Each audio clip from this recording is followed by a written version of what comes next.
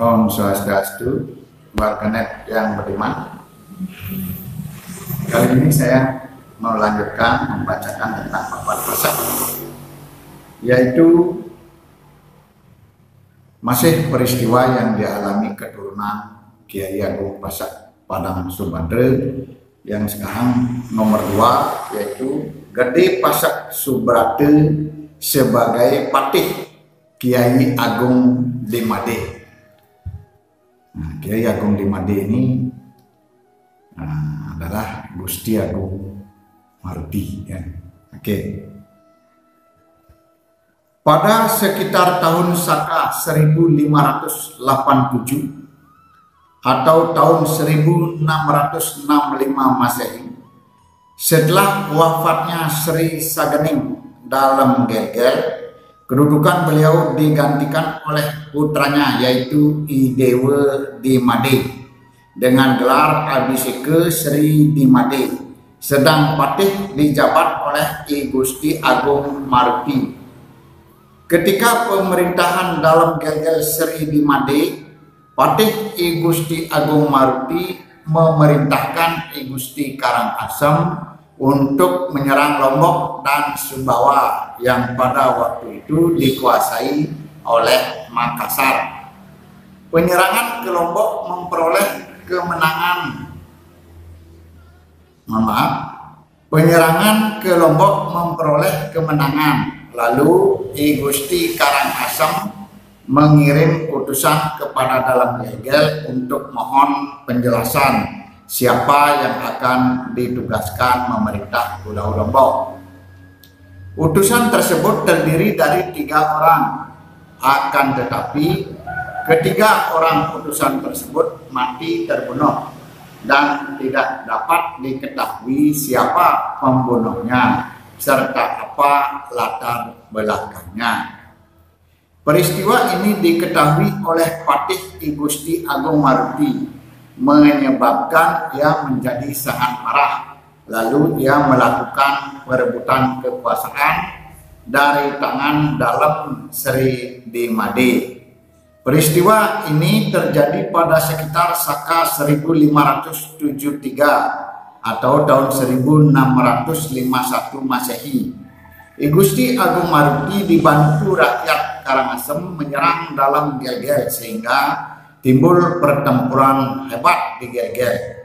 Dalam pertempuran ini, dalam Gelgel Sri di Made terdesak, lalu meninggalkan purinya di Gelgel bersama 2 orang putra laki-lakinya yang masih anak-anak, masing-masing bernama I Dewa Pamayun dan I Dewa Jambi. Tatkala itu dalam Gelgel Sri di Made masih sempat membawa keris pusaka bernama Ki Samojaya dan Ki Tadah Langlang dengan diiringi oleh rakyat yang masih setia berjumlah kurang lebih 300 orang. Dari Gelgel dalam Sri di Made menyingkir ke desa Guliang, wilayah kerajaan Taman Bali. Seterusnya di sana beliau bertempat tinggal sampai wafat. Setelah wafatnya Sri di Made, dengan meninggalkan 2 orang putranya masih anak-anak, lalu I Dewa Jambi pindah dari desa Guliang ke desa Sidemen. Ia bertempat tinggal di Ulah sebelah utara Puri Singharsa. Sedang I Dewa Pamayun tetap tinggal di desa Guliang. Hanya I Gusti Agung Maruti setelah berkuasa di Gelgel bergelar Kiai Agung di Made, dengan patihnya diangkat Gede Pasak Subrate bergelar Ki Dukut Kerte. Kiai Agung di Made hanya berkuasa di Gelgel dan sekitarnya, sedang daerah-daerah lainnya masih setia kepada dalam. Para kesatria dan Arya yang tidak mau di bawah perintah Kiai di Made meninggalkan Gelgel, sedang bagi mereka yang mau di bawah perintah Kiai Agung di Made, gelarnya diturunkan. Sesudah I Dewa Jambi dewasa, ia lalu berembuk dengan I Gusti Ngurah Sing Harsa, I Gusti Jambi Pule dari Badung, dan I Gusti Agung Panji Sakti dari Buleleng. Ketiga para Arya ini menyatakan bersatu mau membantu I Dewa Jambi untuk merebut kembali Gel-Gel dari tangan Kiai Agung Dimade. Pada hari yang telah direncanakan, serangan serentak dilakukan, yaitu pasukan Taruna Goa dari Buleleng di bawah pimpinan I Gusti Agung Panji Sakti bersama panglimanya I Gusti Tamblan Sampun menyerang dari utara. Pasukan dari I Gusti Ngurah Sing Harsa menyerang dari timur. Pasukan dari I Gusti Ngurah Sing Harsa menyerang dari timur laut. Pasukan I Gusti Jambi Pule dari Badung menyerang dari barat. Sedang pasukan dari I Dewa Manggis Bengkel dan Taman Bali menyerang dari tempat lainnya. Terjadilah pertempuran hebat di mana-mana. I Gusti Jambi Pule gugur di pantai Klotok. Sedang Patih Kiai Agung Dimade, yakni Ki Dukut Kerde, gugur dalam pertempuran melawan pasukan Taruna Goa dari Buleleng yang dipimpin oleh I Gusti Tamblan Sampun. Puri Gel-Gel dapat dikurung dan Kiai Agung Dimade terdesak. Lalu bersama keluarganya ia mengundurkan diri dari Gel-Gel menuju ke barat. Yang menuju Sukawati, ada pula yang terus menuju hutan Jimbaran di daerah Badung. Peristiwa ini terjadi pada sekitar tahun Saka 1599 atau tahun 1677 Masehi. Kiai Agung Dimade diiringi oleh rakyatnya tidak kurang dari 800 orang. Di dalamnya terdapat keturunan dari Gede Pasak Subrate atau Ki Dukut Kerde, dan sejak ini Kiai Agung Dimade kembali bernama I Gusti Agung Maruti. I Gusti Agung Maruti mempunyai 3 orang putra laki perempuan, yakni yang pertama I Gusti Agung Putu,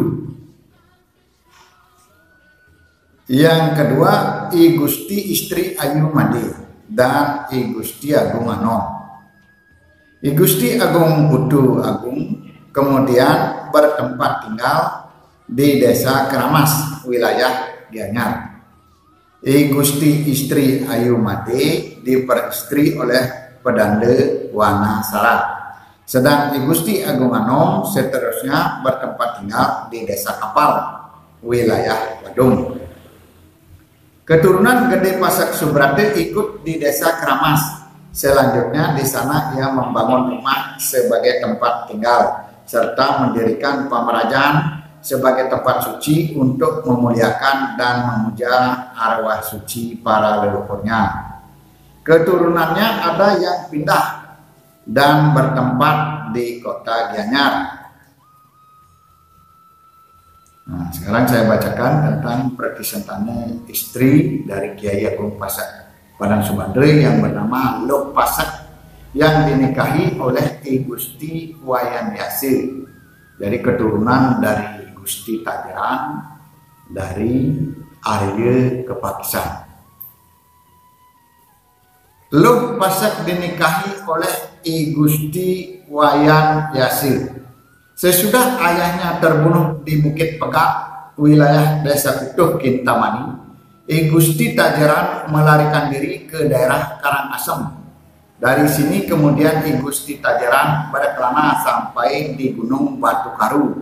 Di sana ia melakukan tapa dan entah berapa bulan lamanya ada sabda dari Hyang Maha Kuasa agar I Gusti Tajaran melihat ke sebelah tenggara. Di sana ada cahaya yang terang di sana supaya ia bertempat tinggal. Sesudah tempat yang disebutkan dalam sabda tersebut didatangi oleh I Gusti Tajaran yang masih merupakan hutan, lalu dirabas dan dijadikan desa serta diberikan nama Desa Sunan Taya, berasal dari kata suhunannya. Setelah turun-temurun tinggal di Desa Sunan Taya, akhirnya keturunannya bernama I Gusti Wayan Jase kawin dengan seorang perempuan bernama Loh Pasak, keturunan dari Empu Ketek, dari Kiai Agung Pasak Padang Subadra.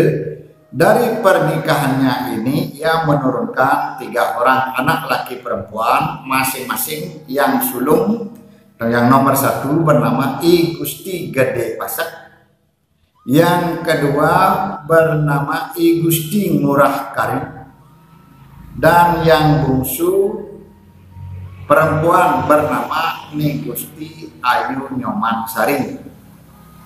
Mereka itu tinggal di Desa Sunan Taya, dan inilah yang menurunkan I Gusti Sunan Taya di Desa Sunan Taya Penebel, wilayah Tabanan. Dan I Gusti Tajaran adalah keturunan Arya Kepakisan.